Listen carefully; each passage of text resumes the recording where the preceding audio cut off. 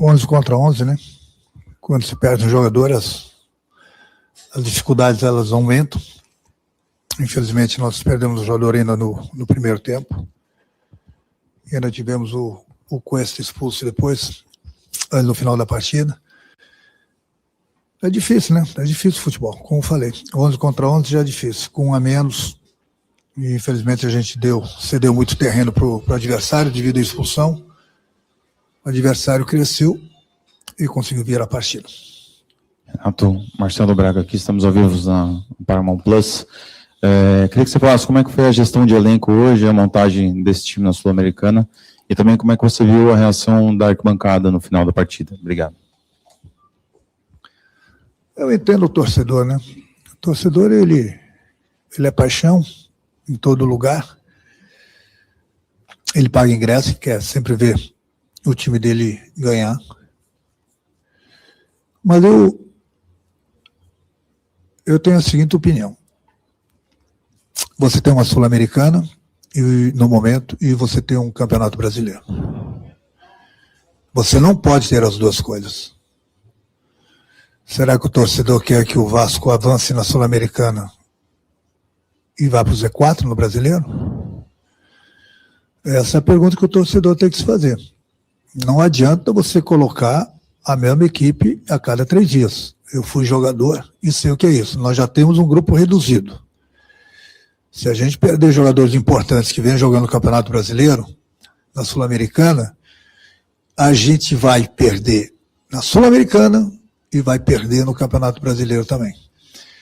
Então, eu me coloco no lugar do torcedor. Agora, o torcedor também tem que parar e fazer essa pergunta para ele. Será que eu quero o time principal jogando na Sul-Americana a cada 3 dias e perder os jogos do Campeonato Brasileiro? Então, desde o início falei, a prioridade do clube, não é a prioridade do Renato, mas a minha opinião é essa, é o Campeonato Brasileiro. É o Campeonato Brasileiro. Eu não viajei, me criticaram. Fiquei treinando o time. Já temos pouco tempo para treinar. Aí a Conmebol gritou lá. Será que a Conmebol vai gritar com esse árbitro de hoje? Ou a Conmebol está preocupada comigo? A Conmebol tem que se preocupar com quem vai apitar os jogos, o que está acontecendo nos jogos, e não com quem está na beira do campo. Essa é a preocupação da Conmebol. Essa é uma das preocupações. Mas ninguém está dando desculpa aqui pela derrota. Infelizmente nós perdemos o jogo, nós estamos bem no jogo, sabíamos que o jogo ia ser difícil, saímos na frente, e como o colega mesmo de vocês aqui falou, perdemos o jogador no primeiro tempo. É muito difícil, futebol hoje em dia, é muito difícil 11 contra 11.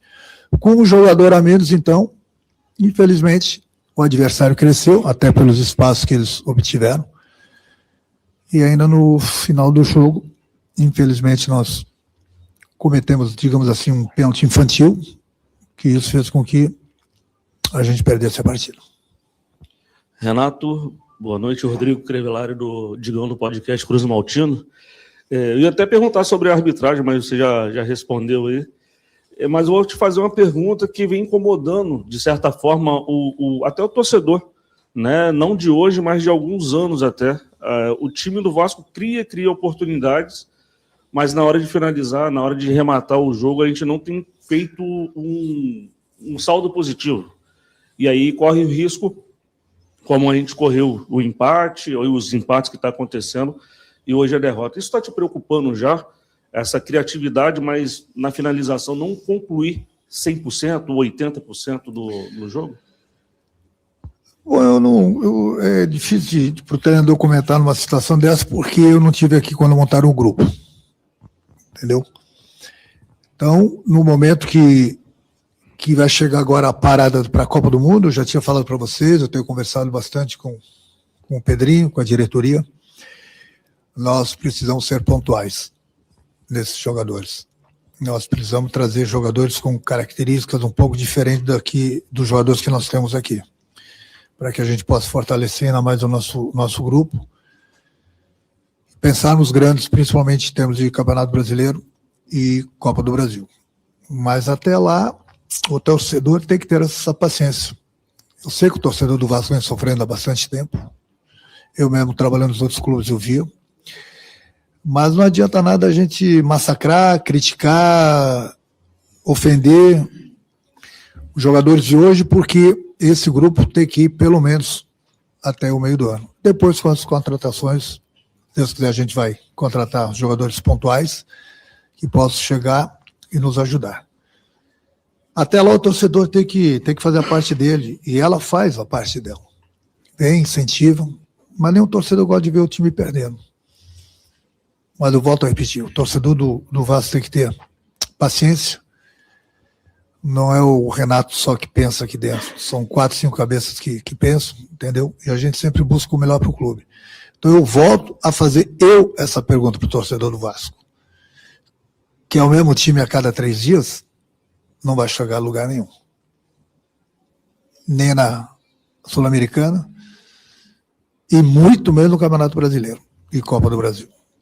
Então, quando a gente opta por colocar força máxima no Campeonato Brasileiro, porque o Campeonato Brasileiro ele rebaixa.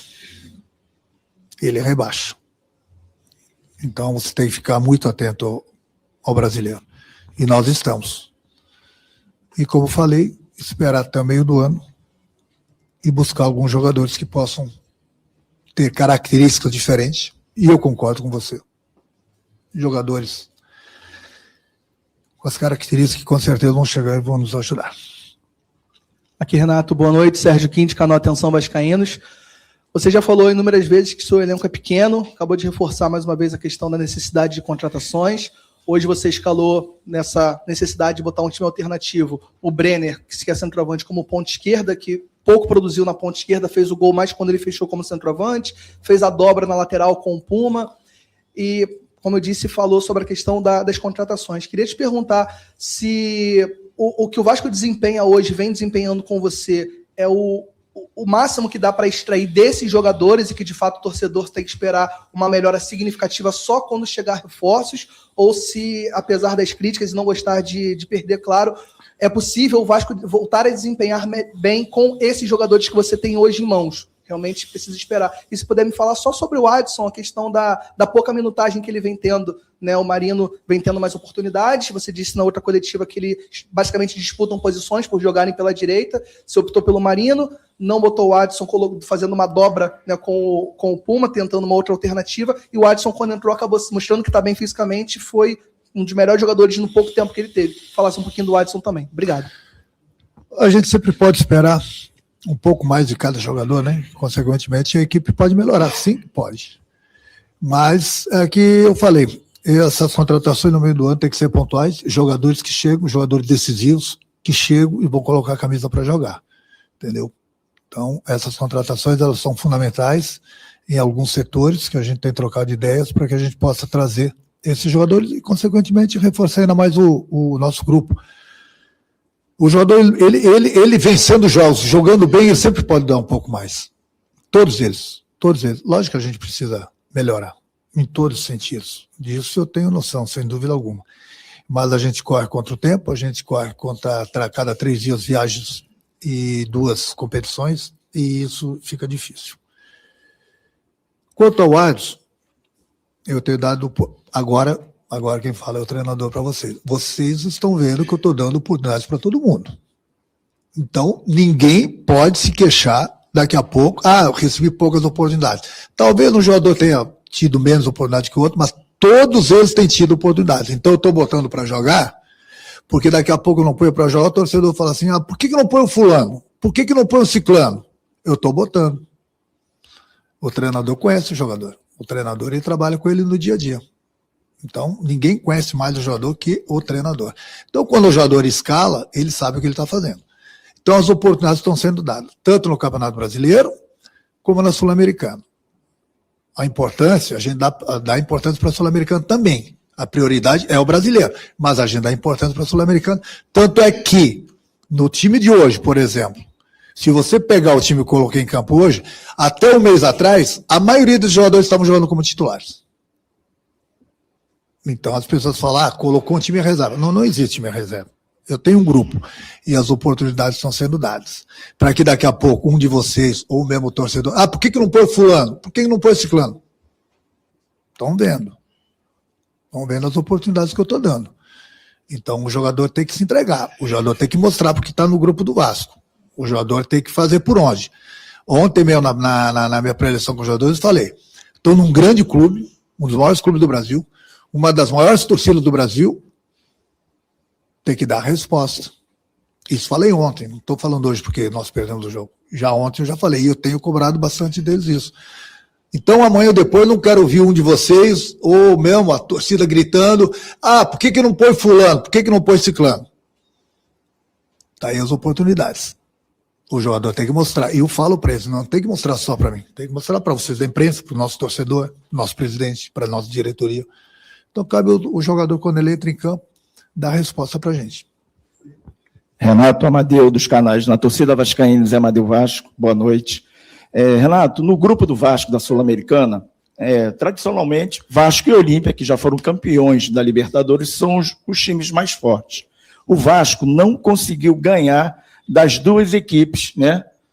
Todo mundo fala que são as equipes mais limitadas do grupo. O Vasco, inclusive, não ter ganho do Audax aqui na noite de hoje. O que isso implica nos jogadores, no seu trabalho para sábado? E se você me permitir, você que foi um grande jogador, é um grande treinador, como equalizar os 4 pilares do futebol? O tático, o técnico, o físico e o mental. Porque, pelo que a gente vê o Vasco jogando, os 4 pilares não estão equalizados. O que você pode falar sobre isso? Obrigado, Renata. A gente faz o possível, a gente trabalha todo dia. É o que eu falei. No momento que cheguei, praticamente começou os jogos a cada 3 dias, agora começou a Sul-Americana, 2 competições ao mesmo tempo. Você não tem nem tempo para descansar direito os jogadores, a gente vive dentro de hotéis, dentro de aviões. E aí, qual o tempo que sobra para a gente treinar? O mínimo de tempo. Então, por isso que eu não viajei naquele dia para a Argentina, justamente para treinar o time, para ir melhorando aos pouquinhos, e acredito que nós, naquela semana, nós aproveitamos bem, porque nós tivemos, na minha opinião, uma boa partida contra o Remo, merecíamos ter vencido o Remo lá, inclusive, apesar da viagem longa, o grupo estava descansado, por isso que nós corremos bem num campo pesado, e hoje só não voltou a jogar praticamente aquele mesmo time, justamente para não perder ninguém. Então é muito simples, o torcedor, vocês querem que o time esteja correndo 100 por hora, que o time esteja 100% taticamente, 100% tecnicamente, mentalmente 100%. Não é assim não, gente. Não é assim não. Não vai ser da noite para o dia, não. Eu não fiz a pré-temporada com esse grupo, não. Eu entrei aqui no meio do furacão. A cada 3 dias a gente precisa dar uma resposta. Vocês também têm que pensar no lado bom. Como falei, eu sei que a gente precisa melhorar e precisamos. Isso aí eu não vou ficar enganando ninguém. A gente precisa melhorar. Mas quando eu cheguei aqui, o Vasco era o último colocado. Hoje o Vasco praticamente está no meio da tabela. Sem ter tido tempo para treinar. Será que está tão ruim assim? Será? O torcedor quer ganhar. E eu trabalho para fazer com que o time ganhe justamente para a gente dar alegria para o nosso torcedor. Agora, é sempre o treinador o culpado? Sempre o treinador é o culpado das coisas, quando as coisas não acontecem? Aqui, quando ganha, ganha todo mundo. Quando perde, perde todo mundo. A gente trabalha sempre para ter os melhores resultados. Então, se você for ver no Campeonato Brasileiro, por exemplo, eu disputei, acho que foram 21 pontos com esse grupo aqui. Nós ganhamos 12. Mais de 50%. Então, se começa o campeonato com mínimo 50%, entendeu? A gente estava lá, é que eu falo, estava lá entre os primeiros colocados, brigando por Libertadores. Então, não vai ser da noite para o dia que eu falei, o torcedor, eu sei, eu entendo, eu me coloco no lugar deles, falo isso pro meu grupo. Tem que ter paciência. Eu sei que é difícil o torcedor ter paciência. Eu sei, eu me coloco no lugar dele. Mas vai fazer o quê? Até o meio do ano, até a gente poder reforçar esse grupo, é assim, é sofrimento. Mas eu volto a repetir, a prioridade do clube é o Campeonato Brasileiro. É o Campeonato Brasileiro. Até porque, eu volto a repetir, uma Sul-Americana você joga até dezembro para ser campeão, para ter uma vaga na Libertadores. Já pensou o desgaste que você tem até dezembro com o teu grupo, disputando um Campeonato Brasileiro e uma Copa do Brasil?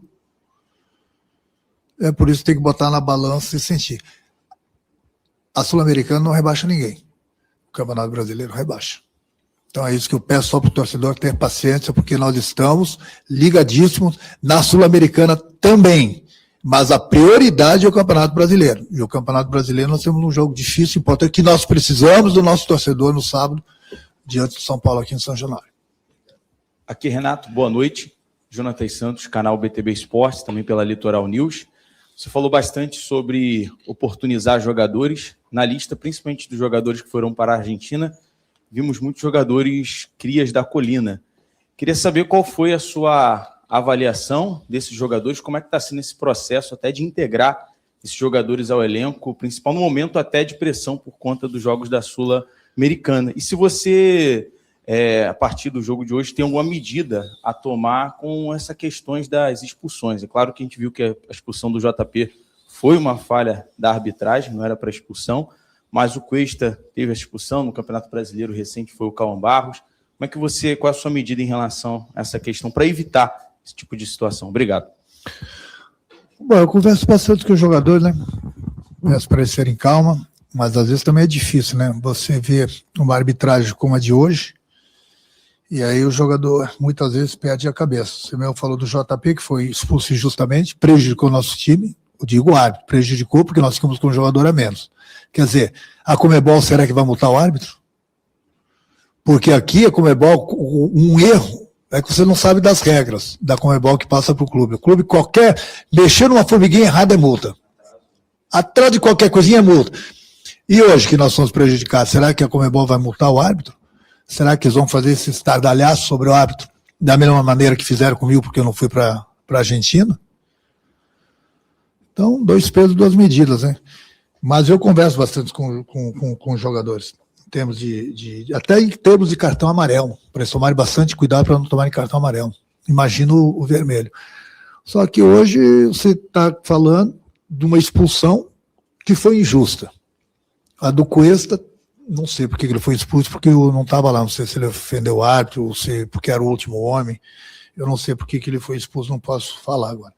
Desde o primeiro tempo nós somos prejudicados. Ninguém está dando desculpa. Ninguém está dando desculpa pela derrota, não. Porque muita gente imagina, ele está falando da expulsão porque o time perdeu. Não, ninguém está dando desculpa da derrota. Eu estou falando que 11 contra 11 já é difícil. Aí o árbitro teve aquele erro. Né? Teve o erro, expulsão do jogador. Fomos prejudicados. Mas aí se eu não viajo, a Conmebol, meu Deus do céu, né? Vamos ver o que a Conmebol vai fazer com o árbitro do jogo. Cara, a base viajou porque eu fiquei basicamente com o time aqui, preparando eles para jogar contra o Remo, mas a gente eu sempre busco as informações, eu treino contra os garotos da base, mas não vai ser num momento, digamos assim, um pouco delicado que você tem que passar a responsabilidade para os garotos, entendeu? Eu já vi muitos garotos em alguns clubes entrando na hora errada, tendo a responsabilidade das vitórias, não foram bem, e ficaram queimados. O garoto, a gente sabe, os garotos têm futuro, tem que largar aos poucos, soltar aos poucos, principalmente nos momentos bons do time. E não, de repente, você passar uma responsabilidade para um garoto de 18, 19 anos. Renato, Danilo do Expresso 1923, boa noite. Em relação ao jogo de hoje, e com todo respeito ao time do Audax, é o 13º do Campeonato Chileno, e o Vasco, como você disse, dando minutagem para jogadores que vieram contratados com um certo peso, e aí eu destaco o Marino, com a contratação em que o Vasco conseguiu trazê-lo, ele estava sendo disputado com o Boca Juniors, e o rendimento muito ruim, talvez tenha sido, no seu comando, o pior jogo, tecnicamente, dos jogadores. Daria para ter feito mais, você comentou isso, da paciência do torcedor, mas mesmo colocando um time misto hoje, daria para ter apresentado um futebol melhor, individualmente os jogadores como Brenner, Spinelli, e o próprio Hugo Moura, que estava na reserva, que não jogou, contra o Remo, o Nuno. Você achou que faltou uma qualidade técnica individual dos jogadores para superar o time do Audax, que, repito, com todo respeito, não é um dos mais capacitados tecnicamente também? Obrigado. Concordo plenamente com você, com todas as palavras que você colocou aí. Nós